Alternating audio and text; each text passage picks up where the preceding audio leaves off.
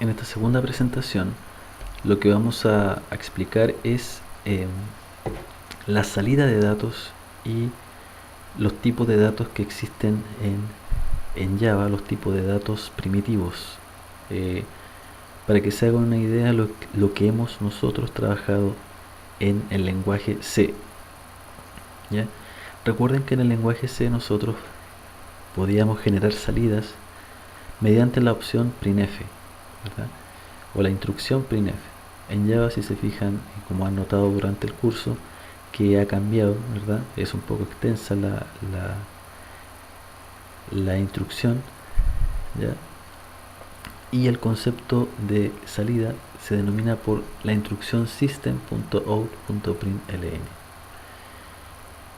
Y todo lo que está entre comillas es lo que yo voy a generar como salida, es decir, eso que está entre comillas se va a evidenciar, ¿verdad?, como una salida, ¿verdad?, por consola. ¿Ya? Una cosa muy importante, lo que vamos a explicar ahora, ¿verdad?, es también cómo trabajar con los tipos de datos. Por ejemplo, con un tipo de datos de tipo entero, ¿ya?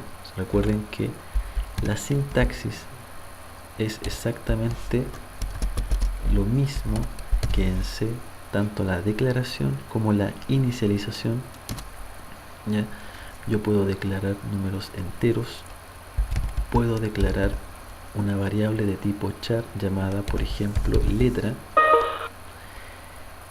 igual, y recuerden que los char siempre trabajan con comillas simples, por ejemplo, letra A. Otra cosa muy importante es también trabajar con los decimales. En Java, y al igual que en C, ¿verdad?, existen dos tipos de decimales. Están los float, que en este caso le vamos a colocar decimal 1,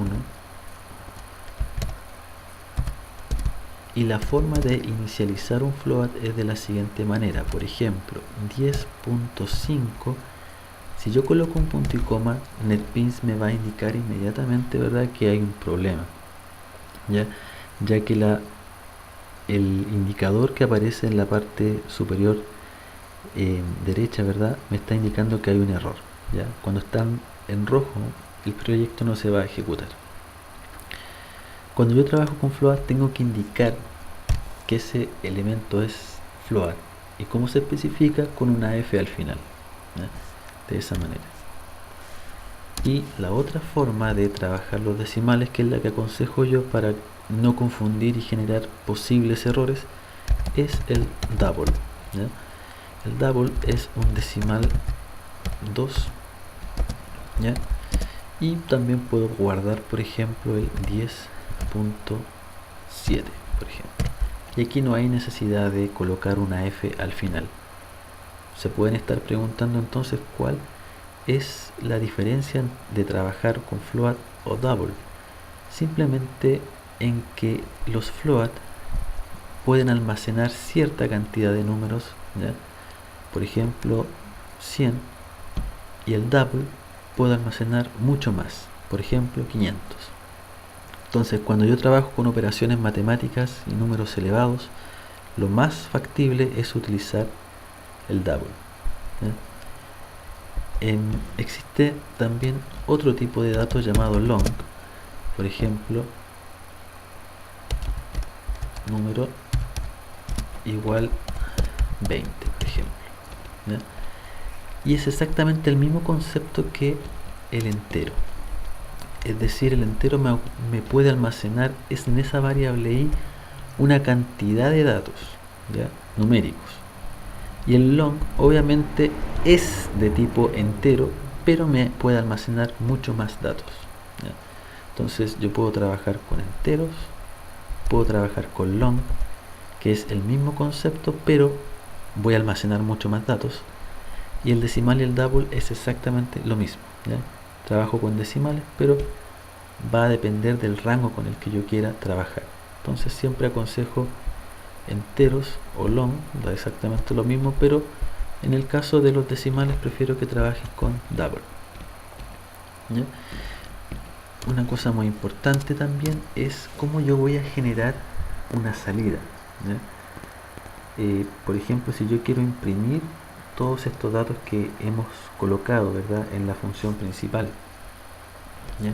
Por ejemplo, si yo quiero imprimir la variable i, simplemente tengo que colocar el comando de impresión, ¿verdad? System.out.println, y si yo quiero imprimir el valor, ¿verdad?, i, que en este caso es 10, simplemente voy a colocar una i, ¿ya? Y si yo ejecuto el proyecto, obviamente me va a aparecer el 10, ¿ya? No es como en C, que yo voy a tener que indicar el tipo de dato para poder imprimirlo. Acá simplemente colocando el nombre de la variable, ¿ya? Lo mismo pasa si yo quiero imprimir, por ejemplo, número.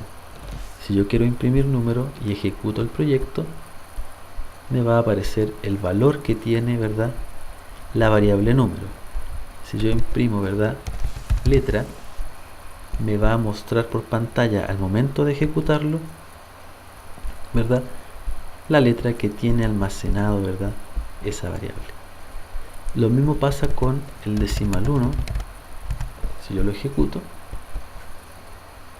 me va a mostrar el 10.5, y si yo ejecuto, ¿verdad?, o quiero imprimir el decimal 2, obviamente me va a mostrar el valor que tiene esa variable decimal 2,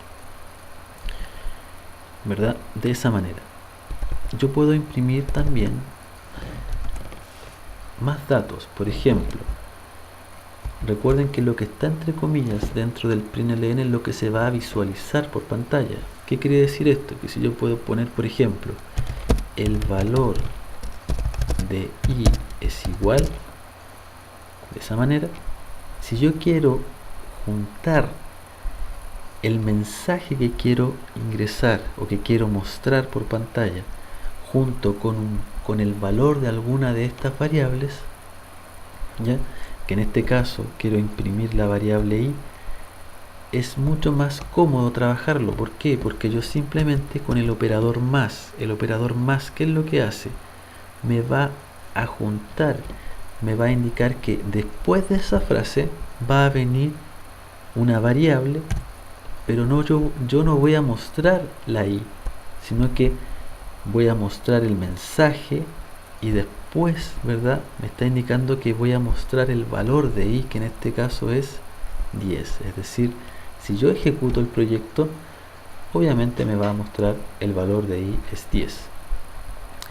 Y aparte, si yo quisiera, por ejemplo, seguir mostrando datos, lo puedo hacer hacia abajo. Por ejemplo, puedo colocar system.out.println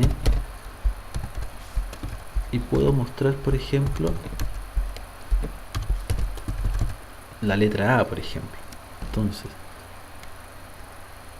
el valor de letra es igual, y hago exactamente el mismo proceso. Si quiero que aparezca, ¿verdad?, la A posteriormente después de ese mensaje, simplemente, ¿verdad?, coloco el nombre de la variable llamada letra. Si yo ejecuto el proyecto, obviamente me va a aparecer hacia abajo. Esa es la gracia del ln. El ln significa que después de esa frase, la siguiente, si es que viene otra, me va a aparecer abajo. Si yo no coloco el ln, solamente coloco print, me va a aparecer todo en una misma línea, ¿ya? Para que se hagan una idea, el ln es como el backslash n usado en C. Si yo lo ejecuto de esa manera, con solamente print, me va a mostrar todo en una línea y se va a ver feo, ¿ya? Entonces aconsejo siempre usar el ln, ¿ya? Yo puedo imprimir dentro de un system.out.println variables de distinto tipo, ¿ya? ¿Qué quiere decir esto? Que en vez de usar,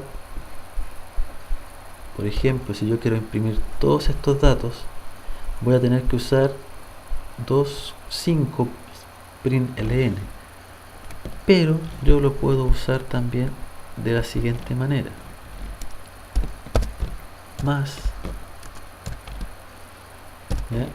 Va a venir otra frase, y si quiero que esa frase, por ejemplo, aparezca abajo, utilizo el \n usado en C, ¿ya? Por ejemplo, aquí el valor de letra es, simplemente acá voy a colocar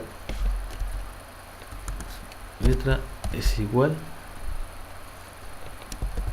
coloco el más y coloco el valor de letra, ¿ya? Es decir, puedo hacerlo como lo habíamos hecho antes, ¿verdad? Y si yo ejecuto el proyecto, obviamente me va a aparecer todo, ¿verdad? Todas las impresiones, ¿verdad? Me van a aparecer y la puedo ir declarando en un solo system, ¿ya? El \n funciona, ¿ya? Para, ¿verdad?, hacer saltos de línea, así que para que lo tengan presente también los que no lo habían visto, ¿ya? De esa manera yo puedo ir mostrando y así, ¿verdad?, puedo ir mostrando mucho más datos, ¿ya? De esa manera puedo usar un system.out.println o varios system.out.println, ¿ya? Pero para que se hagan una idea, esos son los tipos de datos que hemos estado trabajando por el momento, y más adelante lo que vamos a hacer es trabajar estos datos con las instrucciones, ¿verdad?, que hemos visto en C también, ¿ya? Y otra cosa muy importante es explicar otro tipo de dato que vamos a ir viendo más adelante, que es el booleano, ¿ya? El booleano es un tipo de dato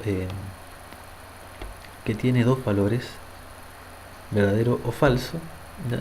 Y lo vamos a ver en el siguiente video.